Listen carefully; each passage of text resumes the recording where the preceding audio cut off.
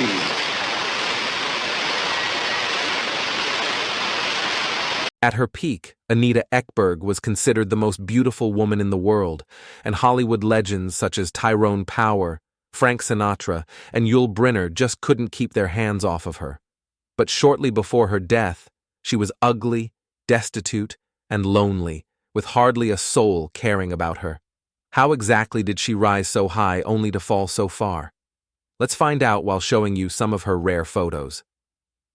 On September 29, 1931, in Malmö, Sweden, Kerstin Anita Marion Ekberg was born to Alva Maria Larsson and Gustav Fredrik Ekberg. She was the sixth of 8 children. Right from an early age, Anita's beauty was self-evident. She subsequently began to work as a fashion model. In 1950, at the age of 19, her mother strongly urged her to participate in the Miss Malmö beauty pageant. This turned out to be a great idea as she emerged the flawless victor.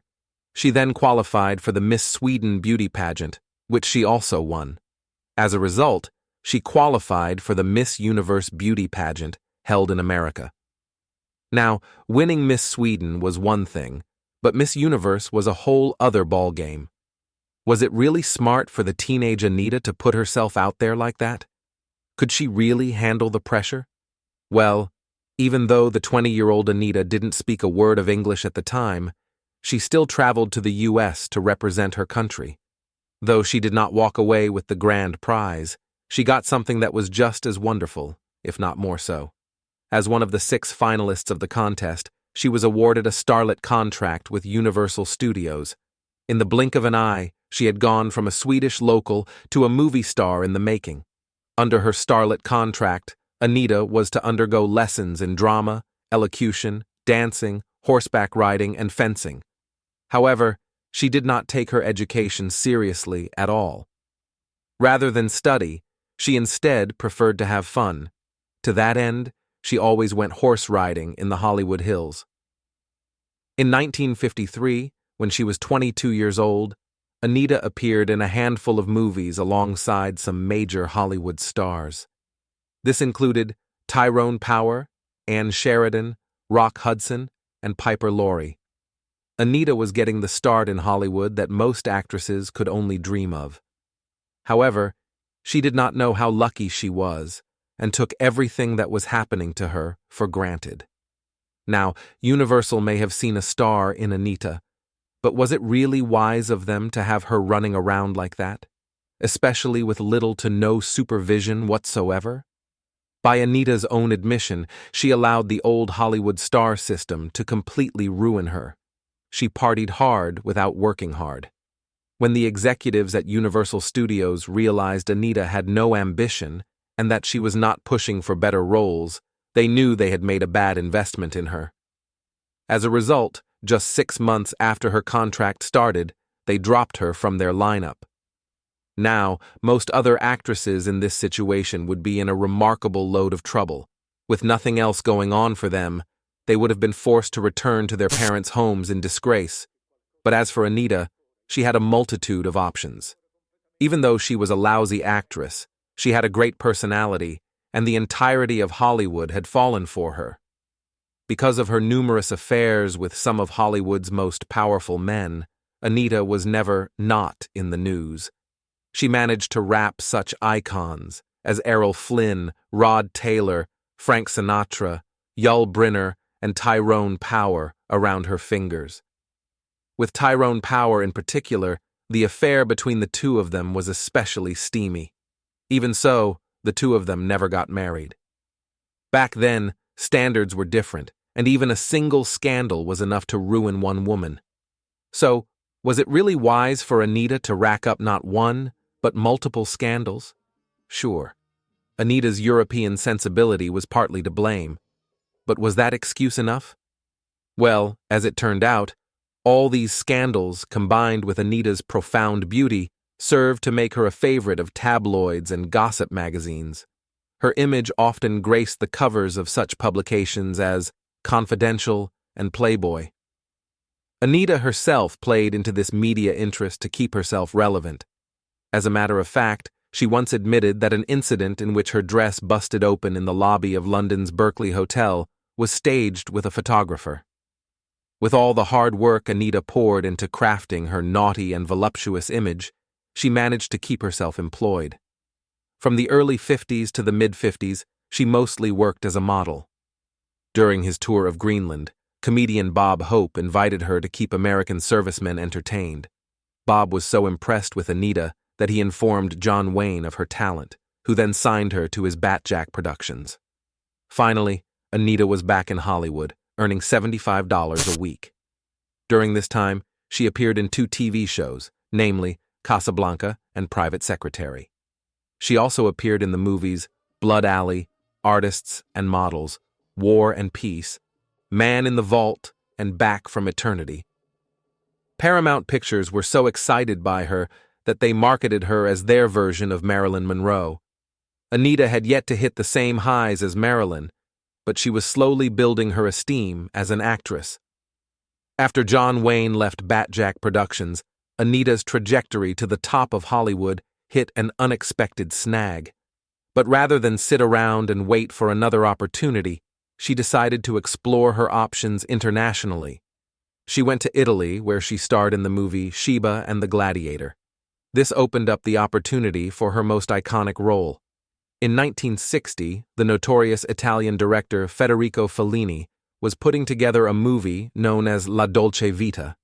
He cast Anita in the role of Sylvia Rank, a movie star who visits Italy and drives the paparazzi crazy. This role was very similar to who Anita was in real life. In an iconic scene, she stood inside Rome's Trevi Fountain, along with Marcello Mastroianni, wet and beautiful. The movie was such a major hit that it propelled Anita right to the top of movie stardom. At long last, she was finally an actress, worthy of her image. But Anita quickly learned that success of this magnitude was a double-edged sword. In time, she began to regret her role in La Dolce Vita. For one, she resented the fact that people said Fellini made her a star. Anita, always willing to talk about anybody, countered by saying she was the one who made him a star. She also was unhappy with the quality of roles she was receiving after La Dolce Vita became a hit. In her view, many directors merely wanted her to replay the same sort of role again and again and again. Now, was it so wise for Anita to talk so much smack about the directors offering her roles? Sure, she was on top then, but would she remain that way forever? Some advised her to be quiet, but Anita thought she knew better. Only time would tell if she would regret her attitude or not. Despite all of Anita's grumbling about La Dolce Vita, she did star in a number of hit movies in the years since its release. These included Last Train to Shanghai, Behind Closed Doors, and Boccaccio, 70.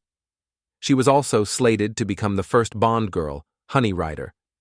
However, the role went to her rival Ursula Andress instead. In the Bond movie From Russia with Love, the producers make fun of her, alluding to the fact that her big mouth lost her the role. When a villain escapes from a window that is situated at her mouth on a wall-sized poster, Bond quips, "She should have kept her mouth shut." The 70s, 80s, and 90s were Anita's most successful decades. However, the older she got, the more her beauty faded. Unlike some of Hollywood's grand dames, Anita wasn't quite as successful in maintaining a great career in her old age. Besides, her reputation for being incredibly rude did not help her much. For all of Anita's affairs, she actually only got married twice, both times to actors. The first was to Anthony Steele for 3 years. The second was to Rick Van Nutter for 12 years. Interestingly, the 2 great loves of Anita's life occurred out of wedlock. The first was with Tyrone Power, and the second was with Gianni Agnelli. With Tyrone, the 2 met during her very first movie production. Tyrone, obsessed with her beauty, began an affair with her.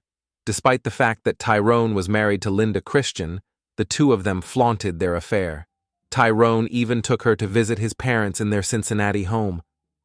The other great love, and perhaps the one true love of Anita's life, was the Italian industrialist Gianni Agnelli. As the owner of Fiat, he was a very rich man. The two of them were lovers for several years, even though he was married. Eventually, they drifted apart. Anita never had any children of her own. In one interview, she stated she really wanted a few. However, in another interview not too long after the first, she contradicted herself. In any case, with no husband and no children, she was very lonely in her old age. Should Anita have spent less time in her youth being a vixen and more time trying to form lasting relationships? Who's to say? Besides, it was too late now. Her beauty, her greatest asset, was faded. The only things Anita had to comfort her were her pets. But even that backfired. One day, when she was knocked down by one of her Great Danes, she broke her hip. From then on, she had to get around using a wheelchair. She developed so many chronic illnesses that she had to be hospitalized. During this time, her home was robbed of jewelry. Destitute, Anita had to turn to the Felony Institute for financial help. But unfortunately for her, the institute was going through financial troubles of its own. Finally, on 11 January 2015, Anita died from complications of her chronic illnesses. She was 83 years old at the time. Anita Ekberg will undoubtedly always be an icon. Women of her beauty are few and far apart. However, one can't help but wonder what her career would have looked like had she been more honorable. Even so, her bad girl image is a huge part of why she is loved. Anita Ekberg did what she had to do and remained unapologetic the whole way through. Though she died poor and lonely, she will forever be a goddess of the screen. If you enjoyed this video, there's a good chance you'll also enjoy the one showing on your screen right now. Click, enjoy, and don't forget to subscribe to the channel. See you on the next one.